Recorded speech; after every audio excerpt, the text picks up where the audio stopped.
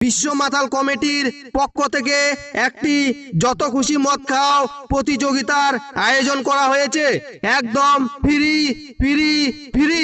সেই দিন এই প্রতিযোগিতায় 60 থেকে শুরু করে দেশি বিদেশি সাদা কালো রং বিরঙ্গি সব রকমের মদের ব্যবস্থা থাকিবে।